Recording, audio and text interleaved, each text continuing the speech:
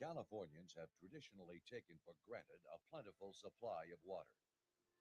Severe shortages, particularly in Northern California, have been so rare as to be beyond the memory of most consumers. Wasteful water usage throughout the state was a way of life with many people. The prevailing attitude was that there had always been, and probably always would be, a plentiful water supply. However, in the fall of 1975, an unusual phenomenon was taking shape. Over the Pacific Ocean, west of the California coast, an almost stationary high-pressure ridge was forming. This caused the storm systems that normally track over northern and central California to be diverted north over Canada and south over Mexico. There were brief periods when the ridge broke down, but it soon reformed and functioned as a barrier to incoming Pacific storms. This strong but invisible barrier, nearly 2,000 miles in length, created the proper meteorological conditions to cause one of California's most alarming periods.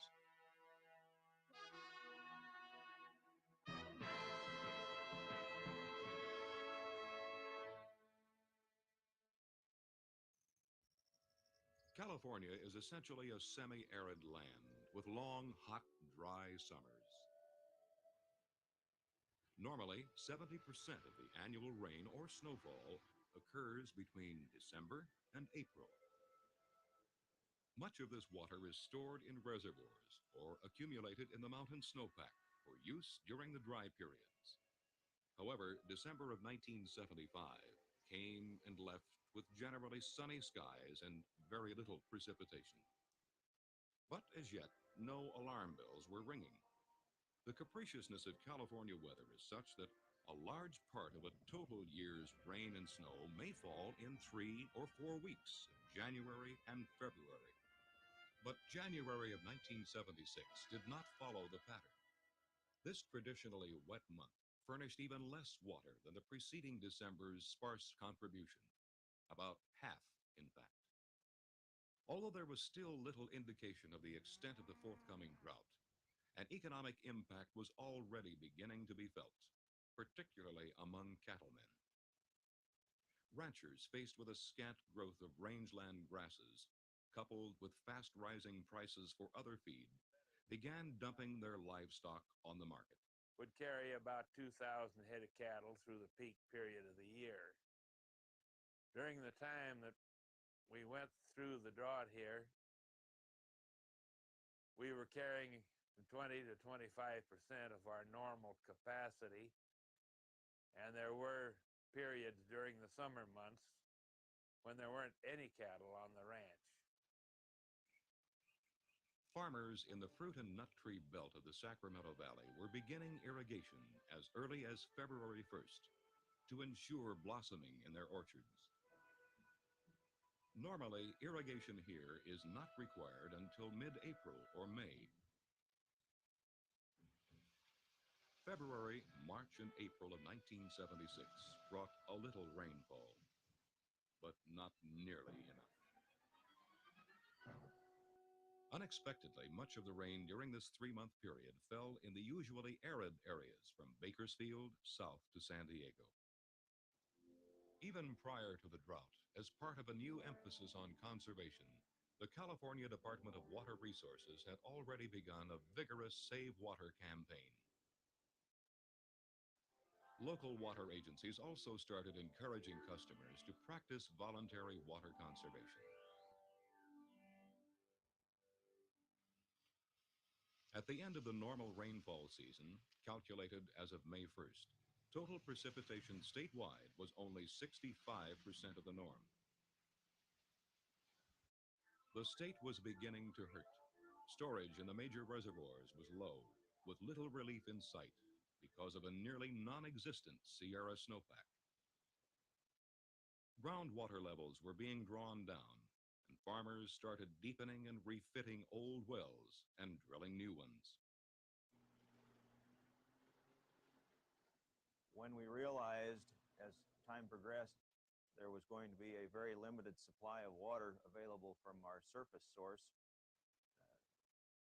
we all hurried into our pump companies and the local utility companies requesting pumps and electrical hookups, and found that everybody else in the valley had the same problem. Instead of taking 2 or 3 weeks to get a pump, this pump that I ordered took 4 months. Among the hardest hit were dry farm grain growers with neither surface nor groundwater supplies available. Water supply problems were also becoming acute in small urban communities throughout Marin, Sonoma, and other coastal and foothill fringe counties. These areas are normally supplied by small surface reservoirs and low-yield wells, both at this point rapidly running dry. The long unused word rationing became a threat in many communities and reality in some others. Meantime, programs and suggestions for urban water savings were being put into effect statewide. Home conservation began to be practiced on a larger scale. Devices such as bottles or plastic dams were being placed in toilet tanks.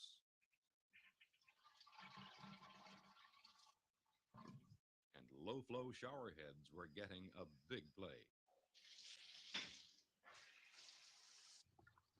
Conservation, in fact, began to be so effective that local water agencies with billing directly related to meter readings were faced with a decrease in revenues. To offset the deficit, rates were raised, thus supplying less water for the same or even more money. This created a circumstance sometimes difficult to justify to the consumer. Quantity discounts encourage you to buy more of something. For example, suppose you buy 1 apple for 15 cents. You would be getting a quantity discount if you could then buy 10 apples for only 10 cents apiece. And an even better buy if 100 apples cost only 5 cents each. It's a good way to sell a lot of apples, if you have them. In many cities, water is sold that way too. A basic rate is charged for minimum water use. As more water is consumed, the cost per gallon is less. The biggest water users generally pay the lowest rates. It's a good way to sell a lot of water, if you have it. But in California, water is a scarce commodity. There is not enough to waste. The California Department of Water Resources urges you to stretch our supply. Save water. Another unhappy byproduct of the drought was low hydroelectric generation, an inevitable result of low reservoir levels. California's production of hydroelectric energy was down 50% in 1976. It is estimated that an extra 28 million barrels of oil was used by steam generating plants to offset the deficit. As 1976 wore on, there was the ugly specter of possibly another year of drought. State and federal water agencies started to plan for the worst. Another dry year. On March 4th, 1977, Governor Brown, by executive order, established a drought emergency task force and named the commander of the California National Guard as its director. One of his first official duties was to chair the governor's drought conference in Los Angeles on March 7th. One of the important accomplishments of the task force was to open communication channels with all levels of government for the exchange of information concerning local drought problems.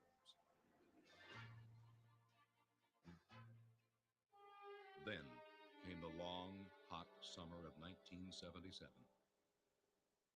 There was little doubt by this time that California was in trouble, but the populace, as well as the many government bodies involved, rose to the occasion. Public response was both remarkable and commendable as citizens willingly participated in water conservation programs. Brown lawns were much in evidence around the state, and a dirty car became a status symbol. Gray water, such as that discharged from dishwashers or washing machines, was utilized for watering household plants and shrubs. Restaurants stopped serving water to customers, unless asked for. Some served food on paper plates with plastic utensils and asked customers to pretend they were on a picnic to avoid using water for dishwashing. The residents of Marin County and other water-short areas got into the swing by placing signs at appropriate locations instructing guests not to flush.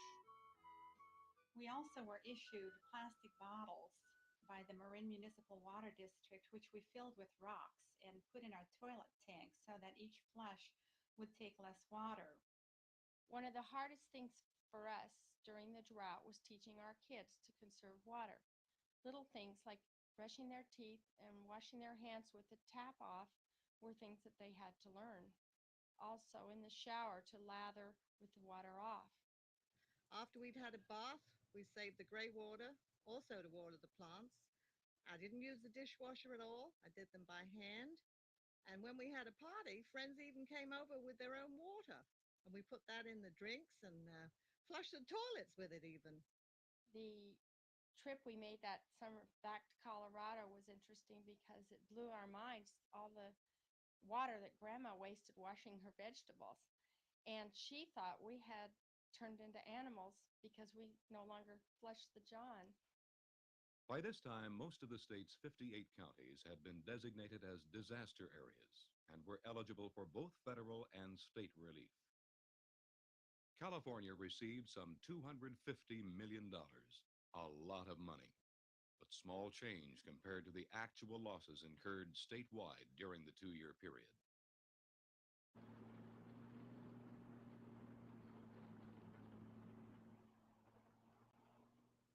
There can be little argument that agriculture and its dependent industries suffer in any drought. But during 1977, many people who took their living from irrigated soil were feeling the dual pinch of both water shortages and financial stress. By this time, the State Water Project had cut water entitlements to agriculture users by 60%. Central Valley Project water was cut even more dramatically, down 75% for San Joaquin Valley agriculture. My family and I run about a 2,200-acre operation out of Firebaugh, California. And as a result of the drought in 1977 and our water allotment being reduced by 75%, we were only permitted to farm 816 acres of our normal crop acreage. Some of this ground had already been prepared and fertilized in excess of the 816 acres, which added to our loss. We were able to maintain our quality fairly well, but in 1977, when we really had the big drought and had to depend solely on underground water, our quality of olives probably, we lost at least $50 a ton on that, and that was, when you figure it over about 900 tons, you're talking about a lot of money. So, besides the losses suffered by those dependent on agriculture, there were serious detrimental effects in other areas. Examples were snow sport and reservoir marine operators. Now that was some way to turn around and salvage what little business we had, because as soon as the adverse publicity of the drought hit the people in the southern part of the state where most of our business is from, why, then that ended it right there. They believed that we were actually dry, which at that time we still had 2.5 million acre-feet of water left in the lake, but the accessibility was terrible. Fish and the people who catch them were also losers during the drought. In both 1976 and 1977, stream flows were low and water temperatures high, and these conditions reduced the survival of spawning salmon and steelhead and their eggs. In some instances, with help from federal funds, we were able to purchase cold water from storage reservoirs for downstream hatcheries and spawning areas. But for the most part, salmon and steelhead had to cope with poor spawning conditions. As a result, adult populations 3 and 4 years later have been reduced. In the Sacramento-San Joaquin Delta, spring outflow was particularly low in 1977. Survival of juvenile striped bass produced in that year was perhaps only 20% of normal. We don't believe that the drought has caused any permanent damage to our fisheries. Fish populations have experienced droughts before and will certainly do so again. Outstanding examples of intergovernmental cooperation during the drought were the many water exchanges made by those with an adequate supply to those with a severe deficiency. Through these exchanges, San Joaquin Valley agriculture received nearly 90% of their state water project entitlement instead of the 40% they would have received. One of the largest exchanges was spearheaded by the Metropolitan Water District of Southern California in cooperation with other agencies. During 1977, the Metropolitan Water District increased its deliveries from the Colorado River. MWD then relinquished a like amount of its entitlement to state water project water for use in the north. Some of this water was then diverted through the South Bay Aqueduct into San Antonio Reservoir, a facility of the city of San Francisco's water supply system. From there, a like amount of water was transferred through interconnecting pipelines to the city of Hayward's water supply system. Hayward then delivered the water to East Bay Municipal Utility District, who in turn transferred it to a pumping plant constructed by Marin Municipal Water District at the east end of the San Rafael Bridge. Water started flowing through the pipeline on June 7, 1977, and continued until the end of January 1978. Up to 9 million gallons of water per day were delivered during that period. The pipeline across the San Rafael-Richmond Bridge was very important to the people of Marin County, and without it, we would have been out of water by July of that year without rationing. With rationing, we would have been out of water by September. It was so serious that our major reservoir, the Cascio Reservoir, which holds about 50% of our water, was completely dry by mid-year. Much of the runoff from the watersheds of northern and central California finds its way eventually through the vast interlocking complex of waterways that comprise the Sacramento-San Joaquin Delta. Consequently, the Delta is the central supply point for the California State Water Project and the federal Central Valley Project.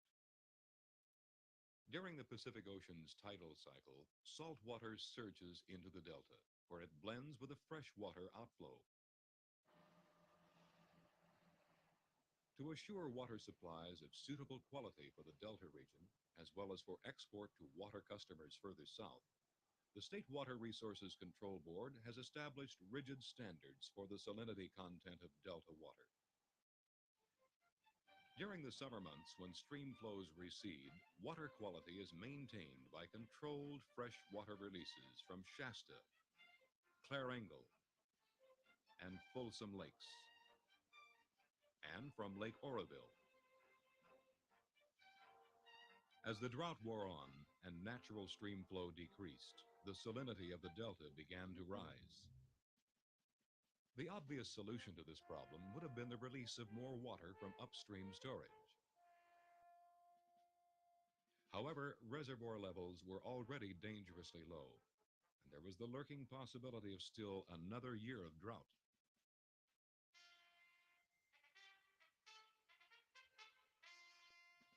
Faced with a diminishing supply of fresh water, the State Water Resources Control Board adopted a resolution in February of 1977 lowering Delta water quality standards, although still maintaining an acceptable consumptive level.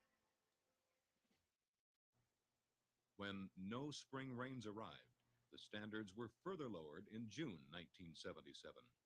This was an emergency measure to maintain water in storage should the drought persist longer.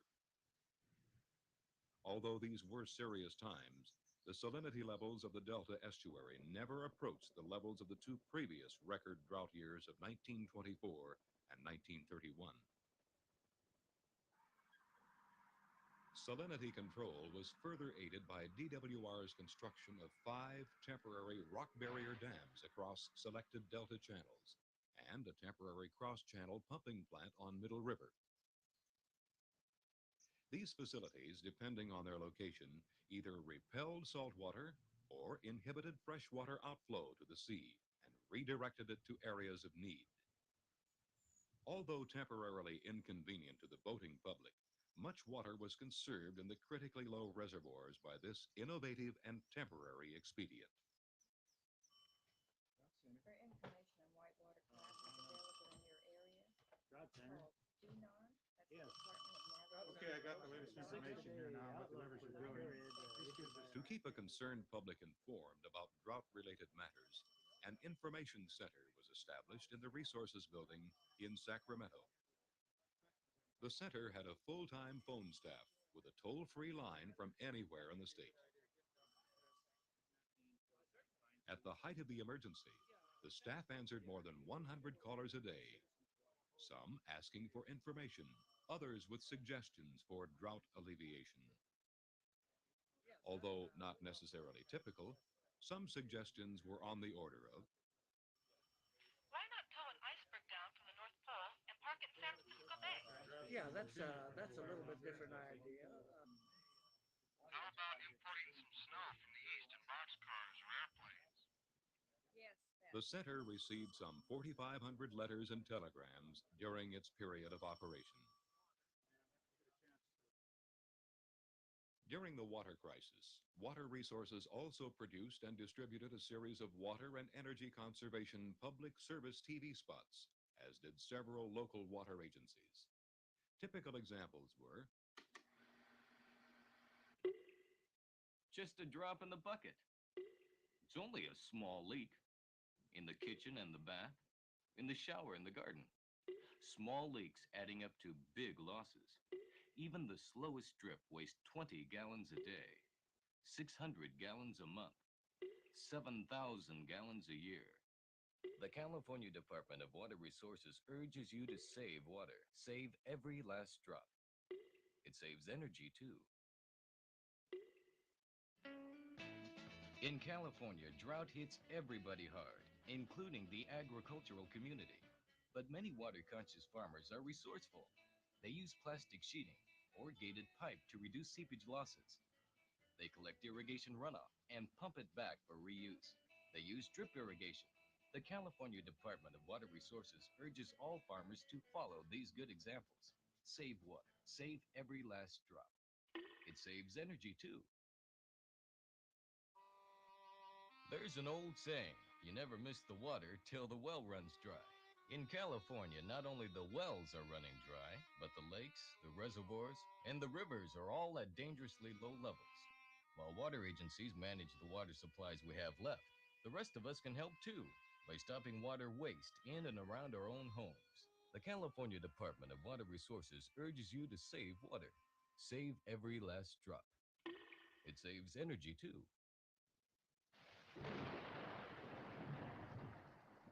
In the winter of 1978, the rains finally returned to California, and the drought was broken. However, it is likely that there will be more dry years in the future. How soon or how dry, no one can safely predict. If any single resource can take credit for drought alleviation, it must be California's large groundwater supplies. There is usable water in almost all valley areas, if one can afford to drill deep enough and buy the energy to pump it up from such depths. However, water from this source is not without its price. Groundwater tables were drawn dangerously low. It was at first thought that several years of bounteous water supply, coupled with intensive groundwater replenishment programs, would be required to restore the levels to normal.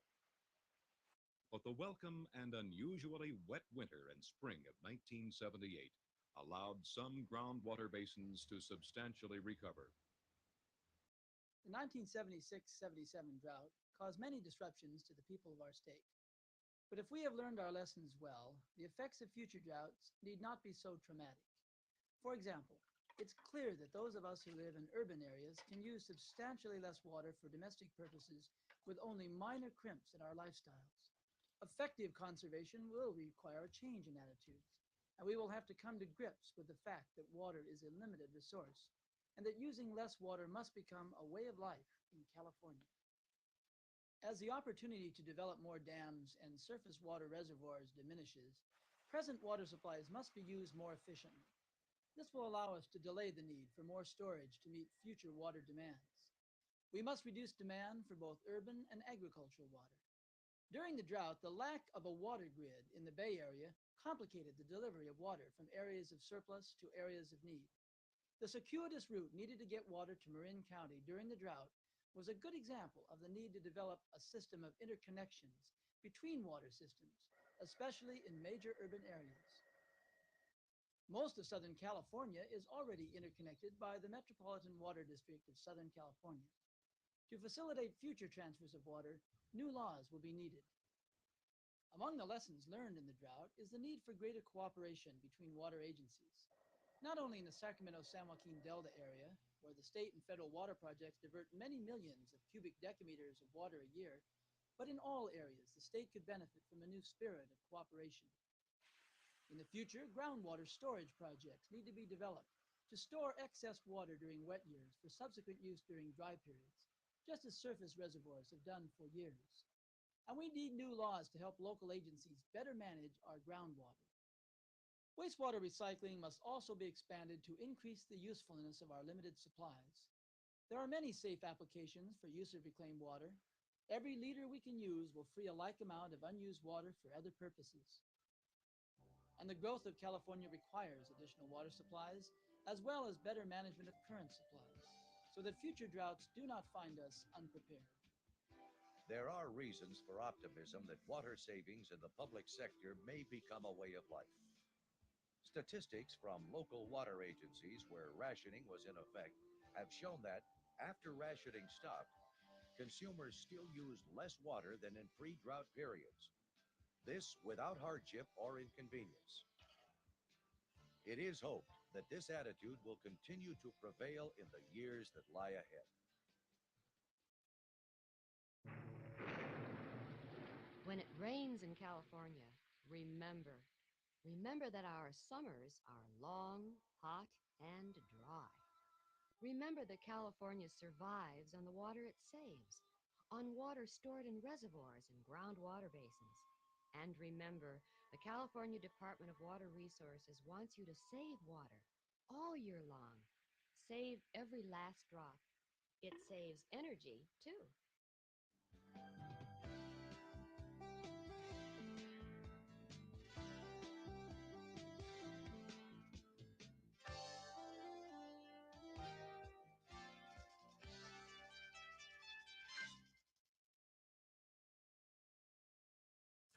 Most people have no clue that in 2023, the best way to make money on Amazon is not with physical products. It's Amazon's other company, Audible. And the best part is it's literally a done-for-you system. You're not buying any merchandise, you're not storing any merchandise, you're not shipping any merchandise, and you need zero tech skills to get started. I wish I could say I'm the genius who discovered this method, but I'm not. I learned everything from the Mickelson twins. I took their free training, the same free training that's linked below. All you need to do is click the link and it'll take you to a free workshop where you'll learn the same done-for-you 4-step process that we are using. The reason people are having such amazing results so fast is because hardly anyone knows about this. Look, you could ignore this just because it's an ad, or you can click the link below and find out why this 4-step process is working for so many people and why it can work for you. And just by clicking the link and watching the short training today, you're going to get 3 bonuses that have not been offered before. Click the link and I'll see you in the training.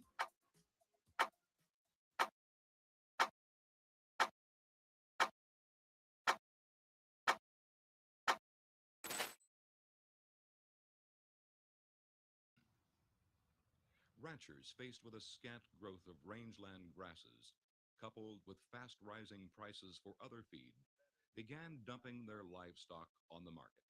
Would carry about 2,000 head of cattle through the peak period of the year. During the time that we went through the drought here,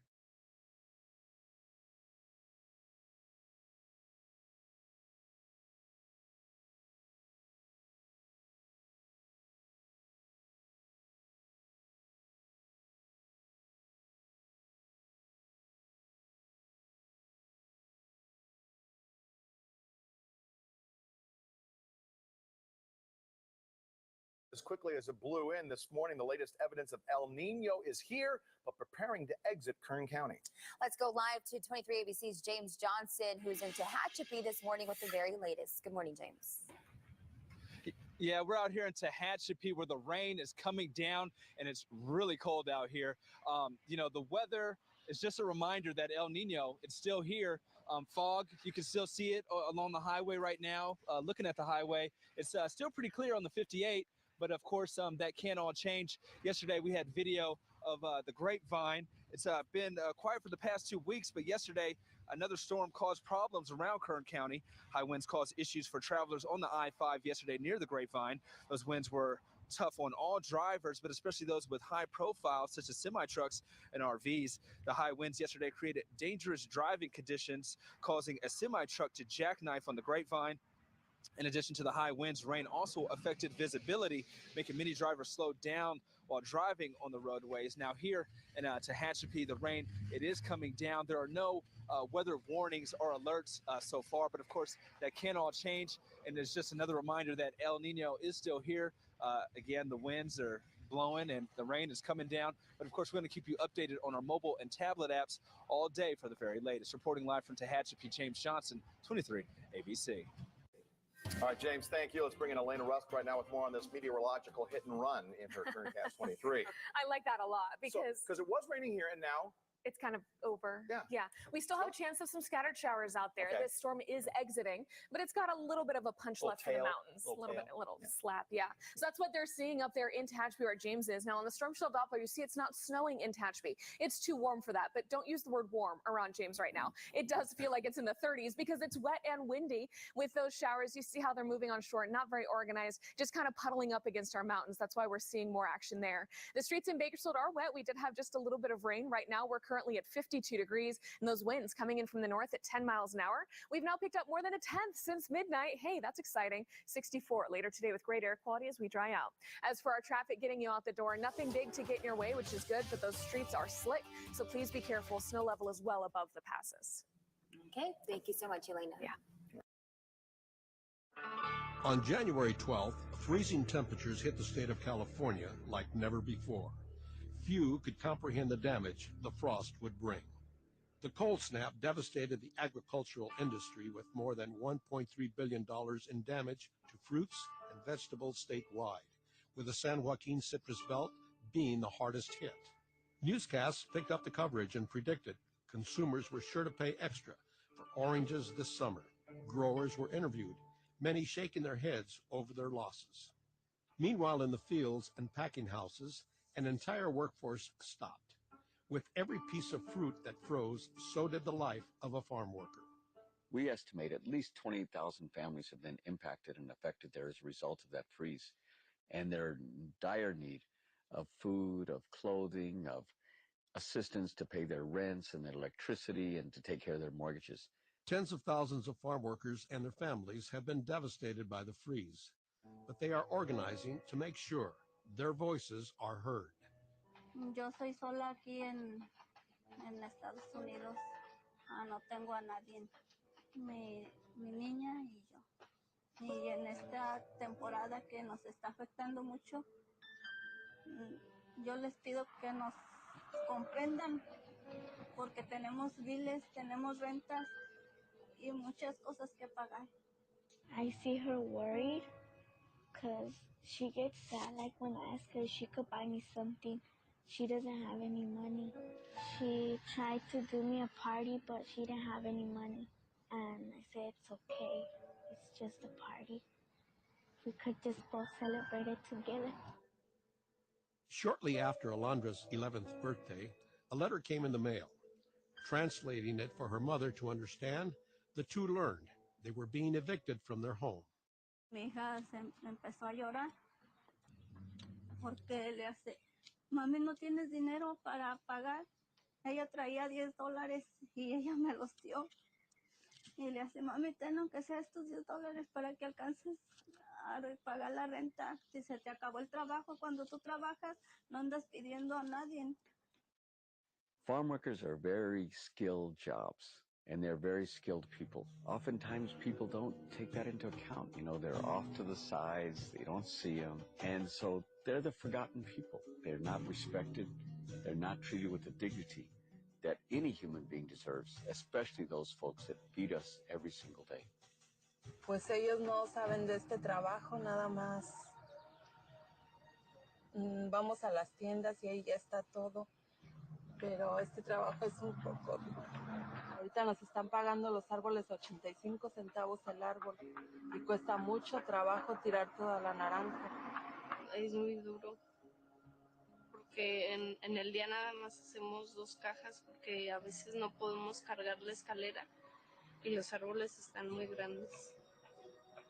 Due to freezing temperatures, the ceiling of Laura's apartment caved in after a pipe froze and exploded. Se cayó todo el techo, toda la desolación cayó en mi cama, todo se nos echó a perder, ahorita nos estamos durmiendo en el suelo. I think it's important that we all understand and appreciate the sacrifice and the contribution that farm workers provide to our society and our country. On a daily basis, hundreds of thousands of recent immigrants will go to work in difficult conditions, many times for little pay, and they do all this to bring to our tables the greatest bounty of food that this world has ever known. And the thing is that they do it every day.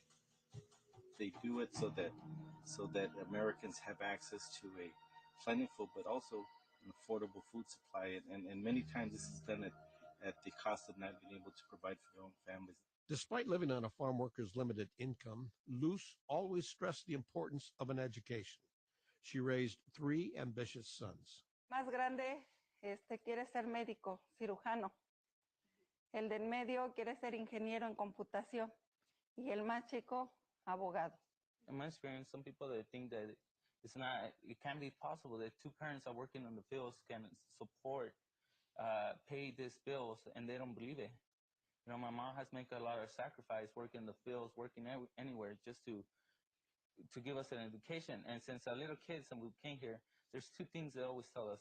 You only came here, that people come over here to work or to be educated. La situación aquí es muy crítica porque ellos no tienen papeles, no reciben ayuda de nada.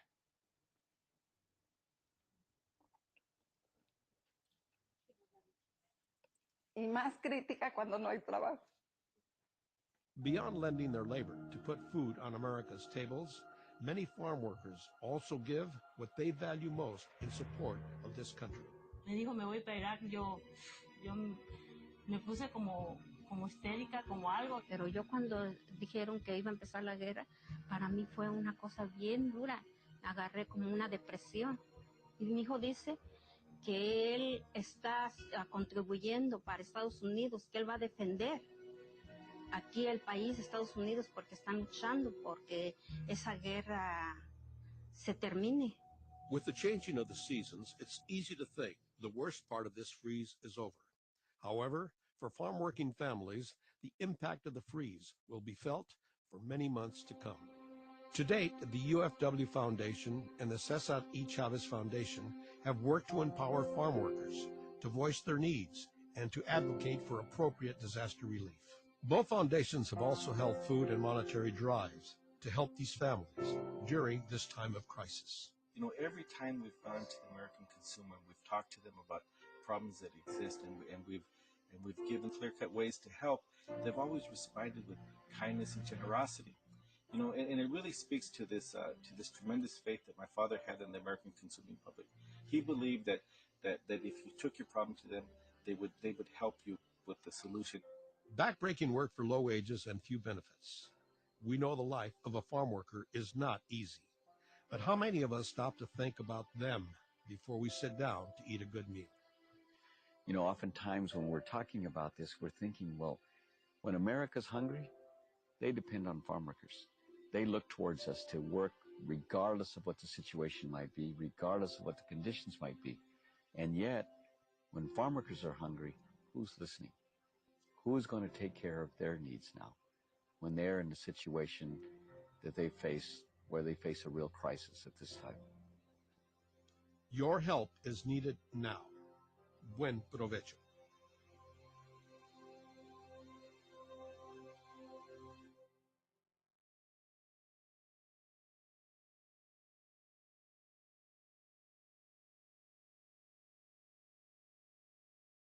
So you think you know Wix, but do you really? First up, we've got shape video masks. You can use different shapes to create completely different vibes and aesthetics. Or you can create your own graphic. I use the These wild weather swings that we've seen are caused, as David said, in part by the phenomenon known as El Nino. That's the warming of the Pacific that leads to drought in much of Africa and storms and high temperatures on America's west coast. We have two reports on this tonight, beginning with Ben Tracy in Southern California. This is winter on the West Coast. With temperatures running 15 to 25 degrees above normal, it looks and feels more like July than February. It is so hot outside. It's crazy. So we're just kind of embracing it and going with it. Wow, look at this. Californians were expecting this. Non-stop rainstorms fueled by one of the largest El Niños on record. But after heavy rain last month, Southern California is on a hot and dry streak. It's been 15 days since a drop of rain fell in Los Angeles. NASA climatologist Bill Patzert famously called this massive band of warm water in the Pacific Ocean a Godzilla El Nino, predicted to drench drought-ravaged California. Is this Godzilla more bark than bite? El Nino remains immense. It's had a powerful impact over the last 6 months. And even this winter, all the volatile weather we've had across the United States, the fingerprint of El Nino is on all these events. Turns out the El Nino is so big, it shifted the jet stream further north, allowing storms to batter Northern California and the Pacific Northwest. Rain-soaked cliffs near San Francisco have been dropping into the ocean. But these northern storms are also dramatically boosting California's snowpack, now the deepest it's been in more than a decade. Spring snowmelt will help fill the state's depleted reservoirs and provide 30% of California's water supply. The temperature hit 90 degrees here today in Los Angeles, and that is a new record for this date. But forecasters say they still expect those El Nino rains and cooler temperatures to hit Los Angeles. And Scott, they say that will happen in the next couple of weeks. Ben Tracy for us tonight. Ben, thank you.